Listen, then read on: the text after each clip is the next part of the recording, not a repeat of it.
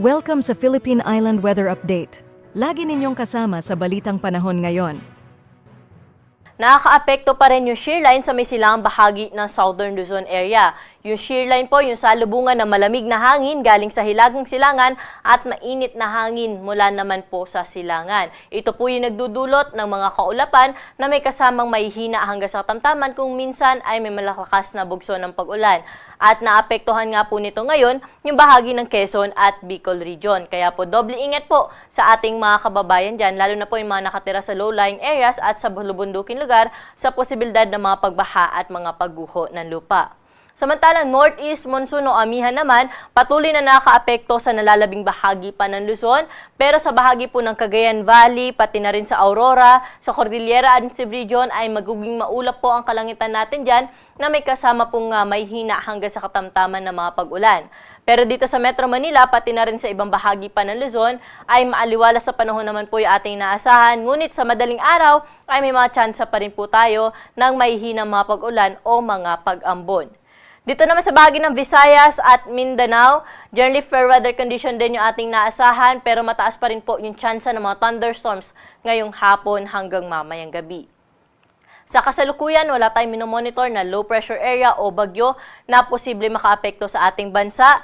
Pero meron po tayong minomonitor na isang cloud cluster sa labas ng ating area of responsibility. At sa ating projection o sa ating pagtaya po, posible itong maging isang low pressure area sa mga susunod na araw na kung saan posible makaapekto po sa bahagi ng Mindanao. Sa kasalukuyan, meron po itong moderate chance na maging isang bagyo. Kaya sa ating mga kababayan ay patuloy po tayo mag-antabay sa mga update na nilalabas ng Pag-asa.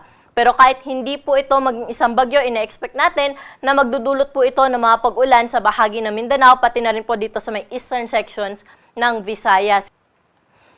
Para po sa magiging lagay na ating panahon bukas, dahil pa rin sa shear line, ang bahagi ng Bicol region ay makakaranas pa rin ng maulap na kalangitan na may kalat-kalat na mga pag-ulan, mga pagkidlat at pagkulog.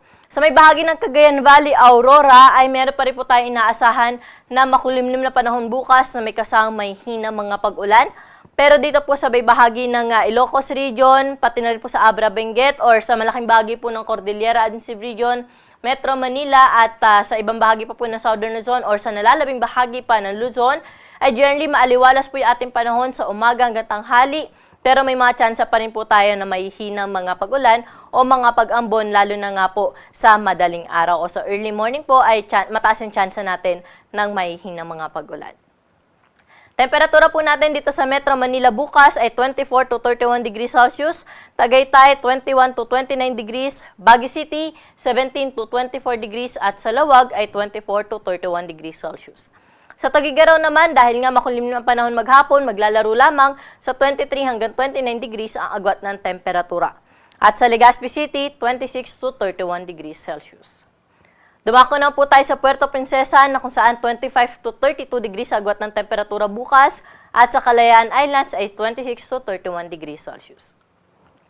Sa mga kababayan naman po natin sa bahagi ng Visayas, bukas wala pa po tayo inaasahan na malawakang mga pag-ulan dito pero sa may eastern section or sa may eastern Visayas ay mataas po ang tsansa ng mga thunderstorms. At ng temperatura po natin bukas sa Iloilo ay mula 26 to 32 degrees, Metro Cebu 25 to 31 at 25 to 32 degrees sa bahagi ng Tacloban City. Ganon din sa Mindanao na kung saan wala tayong naasahan na malawakang mga pag-ulan bukas kaya magpapatuloy po yung kanilang naranasan na maaliwalas sa panahon maliban sa tsansa ng mga thunderstorms sa hapon at sa gabi. May mga babala o mga thunderstorm advisories po tayong nilalabas sa ating mga social media accounts at pinapost rin po natin ito sa ating website.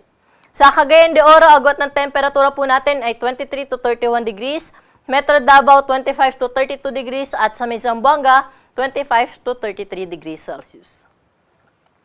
Sa mga kababayan naman po natin na maglalayag, may nakataas na po tayong gale warning ngayon sa may baybayin ng Batanes, Cagayan kasama ang Babuyan Islands, Ilocos Norte at Ilocos Sur.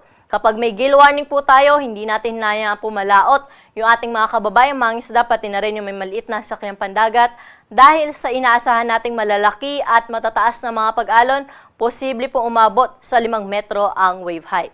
Sa nalalabing baybayin na at ng Central o sa may Central Luzon, pati na rin po sa eastern section po o eastern seaboards ng Southern Luzon ay posible po ang moderate to rough na sea condition, kaya doble ingat po sa ating mga kababayan na maglalayag. Sa nalalabing baybayin na ating karagatan ay magiging banayan hanggang sa katamtaman lamang ang mga pag-alon.